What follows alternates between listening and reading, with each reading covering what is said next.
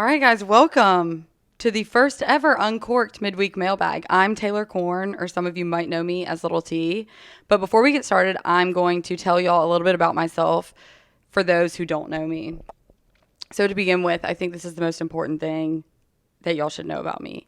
I have an unhealthy Auburn fandom. I am an Auburn graduate, and I get way too upset when Auburn loses games, which is something that I'm trying to figure out.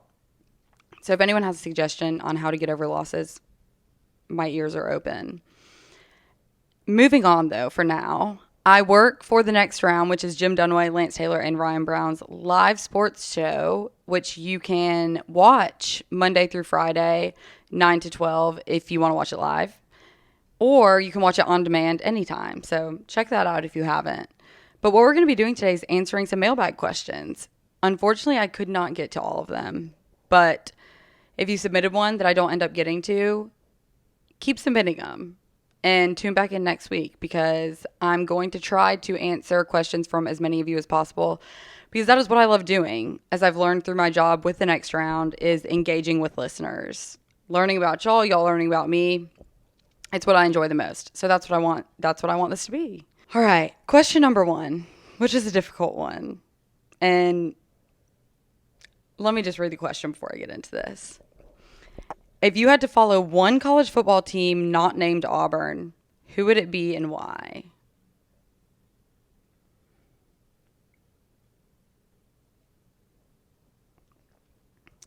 That's difficult. That's very difficult because of how much I love Auburn. As I said, it might be borderline unhealthy, but I don't know. I get too, or not, I don't know if it's too emotionally invested. Probably, yeah. But I think a lot of people feel this way. I know that my dad used to feel this way with Michigan. My mom somehow fixed that issue, but it would ruin his weekend when they lost, and that's how I am. But I mentioned Michigan because that is where I'm from. So when I grew up, I was watching Michigan games with my dad, and I think that that's the team I would go with, honestly. But I don't think that I could ever care about another team as much as I care about Auburn because I have no personal connection. And that's why I love Auburn so much. I went to school there. I know a few people who have played there. I don't know. I just love it. I love everything about it. So I think that it would be hard for me to be as invested in a team emotionally as I am Auburn. But if I had to be, I think I would say Michigan. Definitely not the other in-state school, which I'm not even going to start talking about that. Yeah, no. Question number 2. How did I start working for The Next Round? Which this is actually a very funny story.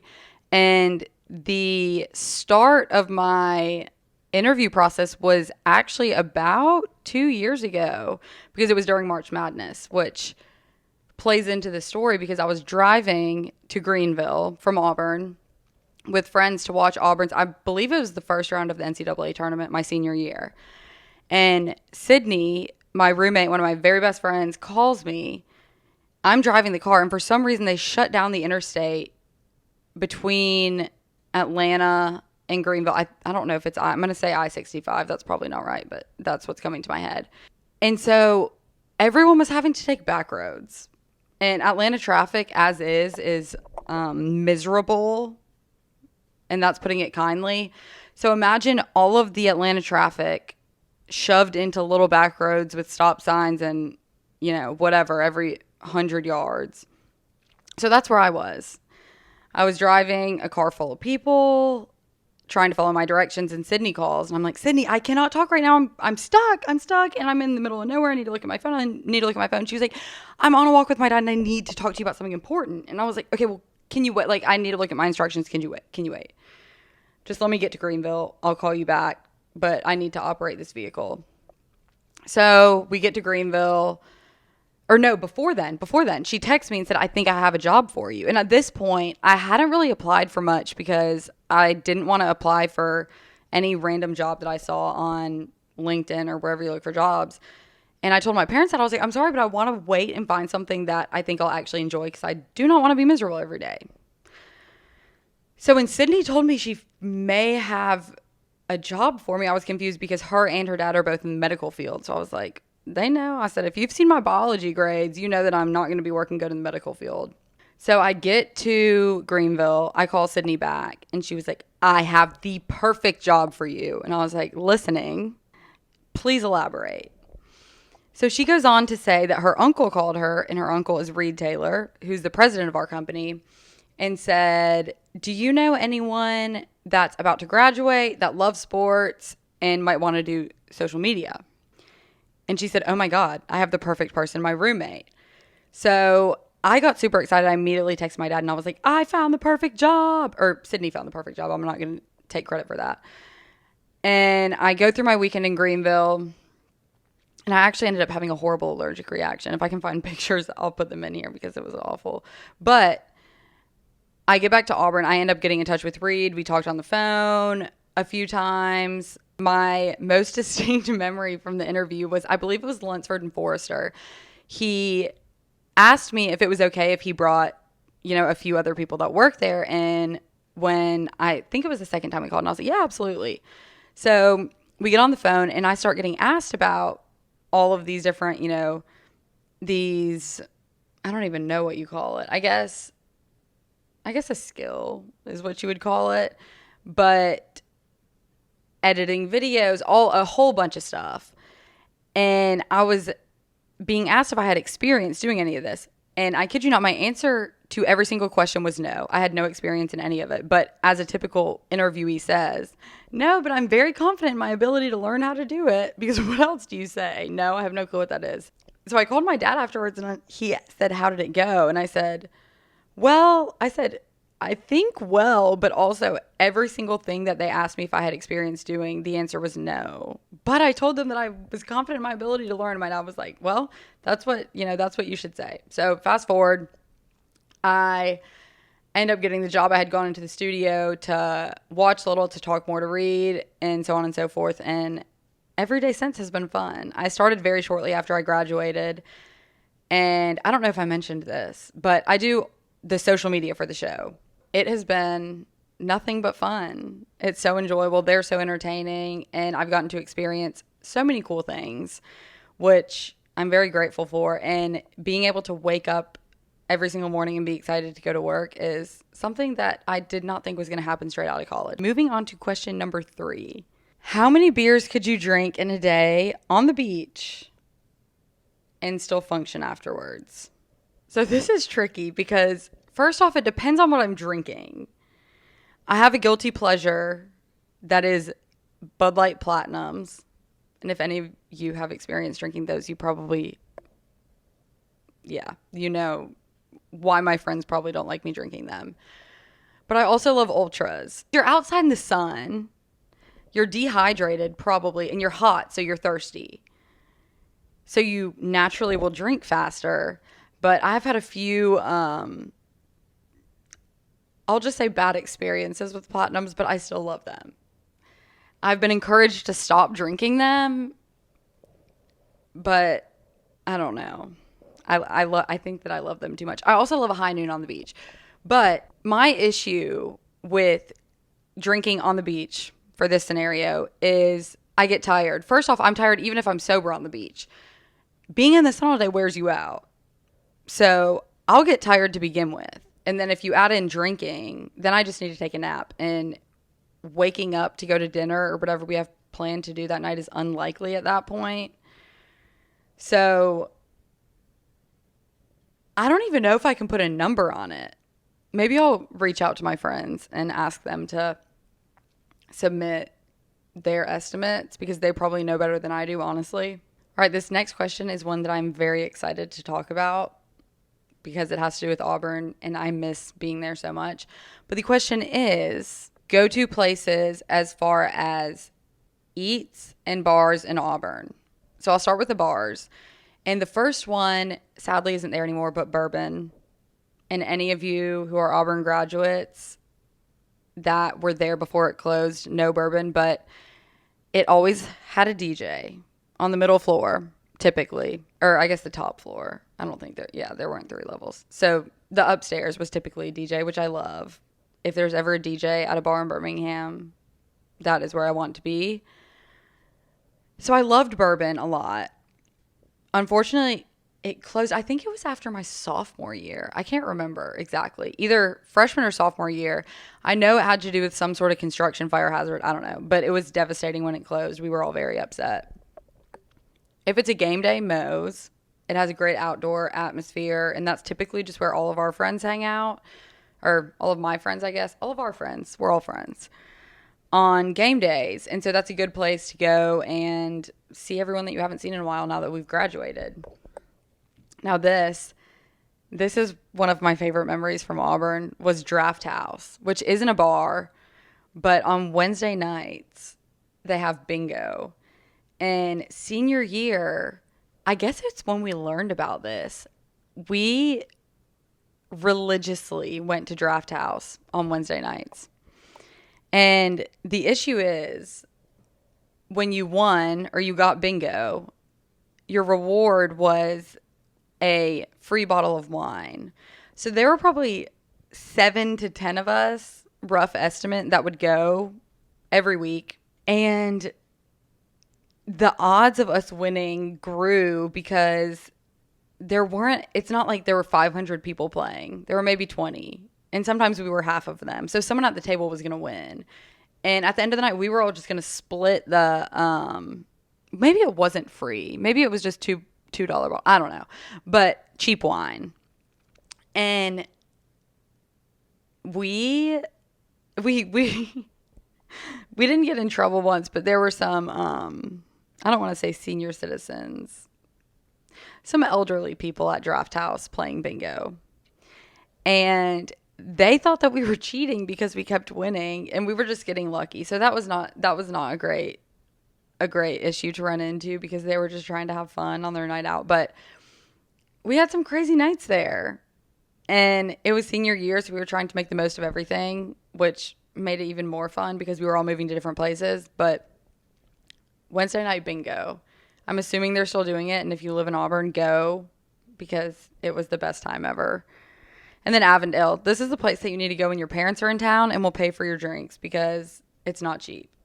But the espresso martini, get it. And then for food, breakfast Byron's. The Conecuh sausage biscuit is probably one of my favorite breakfast items in Auburn. Every time that I've gone back for a basketball game on a Saturday this year for work, I go early so that I can go and get it. And me and Molly, one of my college friends, would go every single Friday together. And it was the best. It was the best. So Byron's. Taco Mama in the spring on Tuesdays. This is getting very detailed, but it's because the margaritas are half priced. And their margaritas are delicious. They're a little pricey for a college student, but on Tuesdays they're half off, which is a deal that you cannot turn down, especially when it's nice out and you can sit outside. And then the two nicer restaurants that I like, and they're not necessarily in Auburn, I guess, or technically, but Zazu, I think I'm saying that right, and Opelika. Hidden gem. It might not be hidden. It was hidden from me until senior year, but hidden gem. You need to go. I can't remember what the menu item was that I would get, but everything, I've never had something that I didn't like. And then this is my personal favorite. It's not halfway between Birmingham and Auburn, but you pass it on the route from Birmingham to Auburn, way closer to Auburn, probably 20 minutes away, but Waverly Local. My roommate and I were actually talking about driving to Auburn or Auburn area just to get this 2 nights ago, I think. But it's phenomenal. If you like a martini, they call it a dessert drink or a dessert cocktail, but I just would like it as a normal drink. But the chocolate martini is probably one of the best drinks that I've ever had. And I know I have a picture on my phone, so I'll add it. And they wrote congratulations on it when I was there after graduation. But the food is incredible as well. Awesome service, cool environment. It's different. It's off the beaten path, and I highly recommend it. And I will be going back soon, hopefully. These last 2 questions, which I'm going to combine into one because they piggyback off each other, as you'll see. But they were so fun to answer because I started reminiscing on such good memories, and I wish that I could go back. But the question, what is the best vacation you have ever been on and a place you dream of going? The best vacation that I've ever been on was, I think, 6 years ago now. Yeah. Well, yeah, I guess. Math. I don't know. But Italy, the summer after my freshman year. So I wrote down a few notes because I couldn't remember all of this, but I'm going to tell you a little bit about every city that we went to and my favorite things that we did there. So Florence was first, and we went to a winery. I cannot remember what it was called, but the craziest part was when we sat down to the wine tasting, and the view was incredible also. I can't leave that out. But when we sat down to do the wine tasting, they they don't give you a sip or a few sips as you typically would get, I think. I haven't been to a ton of wine tastings, but they give you an entire bottle of every wine that you're tasting, as well as phenomenal food. I'm going to try and find pictures of that as well, but they gave us, so there were four of us, and I don't know how many bottles of wine they gave us, but it was a lot. And I will just say that my mom and I were feeling pretty good leaving the vineyard in Florence. Venice was very different, but also very cool. We ate lunch on a river. People that are good at geography might know what it's called. I don't know what it's called, but it was beautiful. We sat on the water and we ate lunch. We drank some wine again. We're in Italy, so we drank all the wine. And we went shopping. They had great shopping. Pompeii was phenomenal. I am not a history person. I never enjoyed history in school. And when we're on vacation, I'm trying to be in the sun on a beach or on a boat or something like that. I don't want to be in a museum or getting a tour, but this was very different. And I would go back to do this, but I guess it's what was preserved after the volcano erupted. But all of the buildings and the houses, the remains are still there as what I assume they were before, whatever was left afterwards. And so we got a tour of that, and oh my gosh, I just remembered that we learned about pizza there. They told us that the tour guide told us that that's how pizza was made, that they didn't have plates, so they used bread, dough as a plate for their food, and that's how pizza was made. I just remembered that. Yeah, I'm pretty sure that's right. So then they started eating the plate or dough with their food, and then they realized it tastes good, and that was pizza. I'm pretty sure that's right. Correct me if I'm wrong, but I'm pretty sure I learned that. Rome was also awesome. The Colosseum, we did a tour of the Colosseum, which was cool, and learning about that because I don't know anything about any of the historical stuff. So that was crazy to learn about and crazy to see. And then we did a Segway tour to, I think it's called the Trevi Fountain. I can't really remember, but we did a Segway tour. And when we stopped at the historical places, when our group did, my family and I, my mom, my dad, and my sister, we went to a little bakery and got a cannoli, which was the best cannoli I've ever had in my life. So if you're ever on a Segway tour to the Trevi Fountain and there's a little bakery right outside, go in there and get a chocolate cannoli because it's good. And I don't love history. This might sound awful, but I don't really care to learn about statues and stuff. Sorry. But it was so cool. And I'm pretty sure we ate cow intestines there. Not at the Trevi Fountain, but in some food, I don't know. And they were good. They didn't tell us what they were until after. But my favorite out of the whole Italy trip was the Amalfi Coast.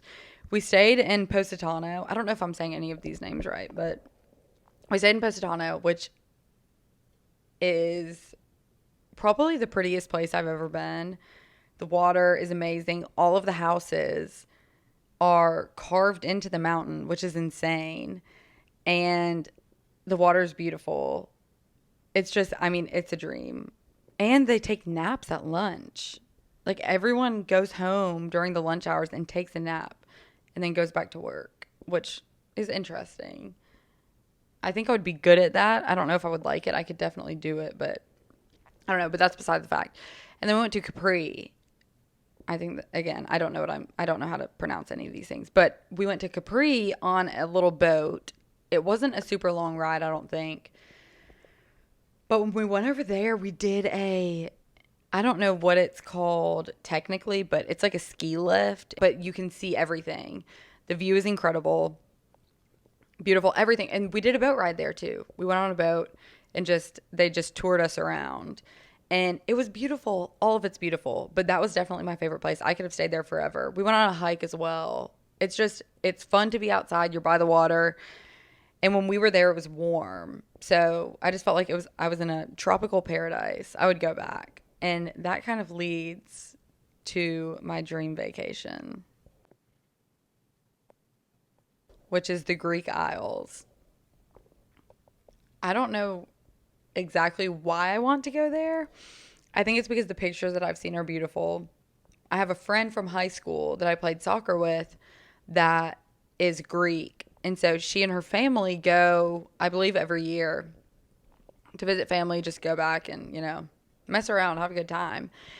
And it looks amazing, and I want to go bad. It's beautiful. I love that, like, all the buildings are white. The water's beautiful. I don't know, it looks like a cool place that's different. I've heard that there are some cool clubs at night. DJ, again, I would be there. And really, I would be happy going anywhere tropical. That's the only place that I'm like, I want to go here before I die. But I'm happy on any beach, anywhere, with a drink in my hand, getting tan. But the Greek Isles are somewhere that I definitely want to go, and I'm going to make an effort to visit, hopefully sooner rather than later. And to wrap things up, we have one final question, which is, I was wondering if you'd want to go get a coffee. Kindly no. Those are not the type of question submissions that we're looking for around here. That will do it for the first Uncorked Midweek Mailbag. And again, I appreciate all of you greatly for submitting your questions, and I'm sorry that I couldn't get to them all. I'm a very long-winded storyteller, as you can probably tell by now.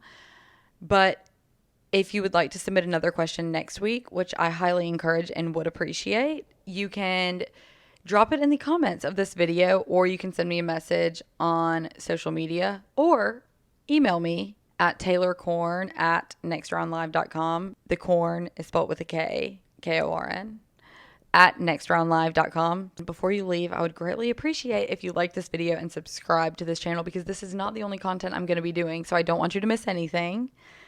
So subscribe, like, comment if you have a question. If you think of one later, send it to me on social media or at my email. And I will see you all next week.